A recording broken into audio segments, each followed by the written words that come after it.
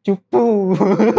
Ada sketsa kasar dari art director, habis itu baru bikin sketsa dalam bentuk pixelnya. Tapi yang kurasain, ya aku seneng ngeliat pixel art, aku seneng buat bikin pixel art.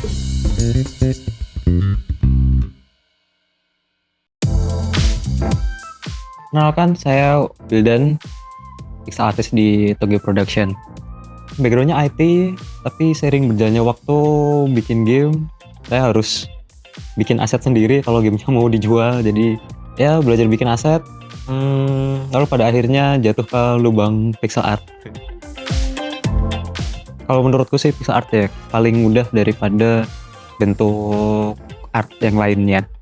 Buat belajarnya autodidak, jadi baca buku kayak Pixology, terus sama nonton channel YouTube-nya Denden James Greer, Mort gitu.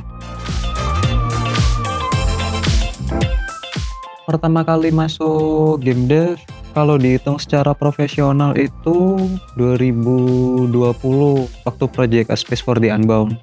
Di waktu itu Mojiken lagi buka lowongan background pixel artist. Kayaknya ini kesempatan bagus, jadi ya udah akhirnya aku masuk dan alhamdulillahnya keterima. Definisi pixel art itu suatu karya seni yang dia grid based, kelihatan bentuk kotak-kotaknya rapi dan beraturan. Pixel art itu biasanya dikerjakan di resolusi yang kecil, jadi itu ya biar kelihatan kalau dia tuh disusun dari satuan-satuan terkecilnya suatu gambar digital, yaitu pixel. Jadi apakah gambar digital itu termasuk pixel art? Enggak. Jadi kalau pixel art itu kita benar-benar kontrol soal warna apa yang mau dipakai. Kalau misalkan bikin lingkaran, yaitu harus benar-benar dihitung kapan harus waktunya pixelnya ini turun lagi, terus habis itu sampai akhirnya jadi lingkaran.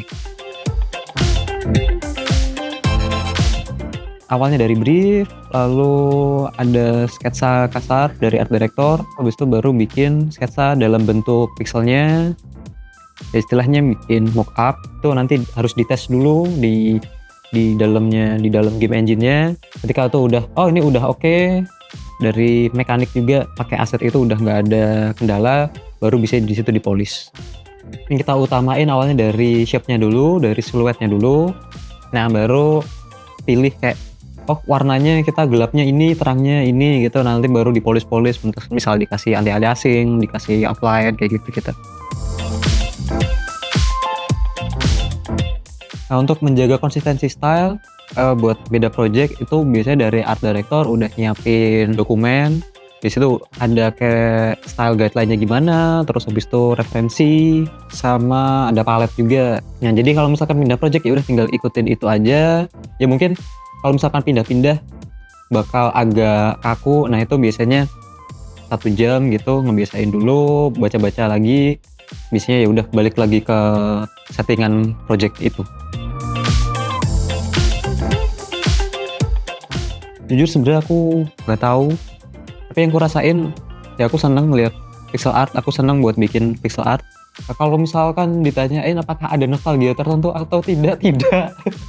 Saya kelahiran 96. Tapi kalau misalkan nanya yang lebih tua, nanya ke art directorku atau mungkin ke project manajerku, mereka jawabnya bisa nostalgia. Tapi kalau misalkan aku jangan harap ada jawaban nostalgia.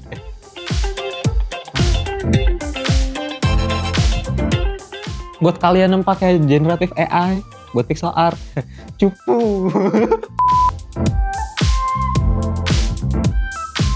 Satu yang jelas, komunikasi, briefing, aset apa yang mau bikinnya kayak gimana, diskusi juga, ini teknikalnya mau kayak gimana. Yang kedua mulai digambar. Habis digambar apakah langsung jadi? Tidak, di testing dulu, ngelihat ada masalah atau enggak. Kalau misalkan kayak udah nggak ada masalah lagi, baru di situ dipolish. Ya kalau misalkan ada waktu lagi, ya bakal dipolish lagi. Kalau ada waktu lagi ya dipolish lagi sampai rilis.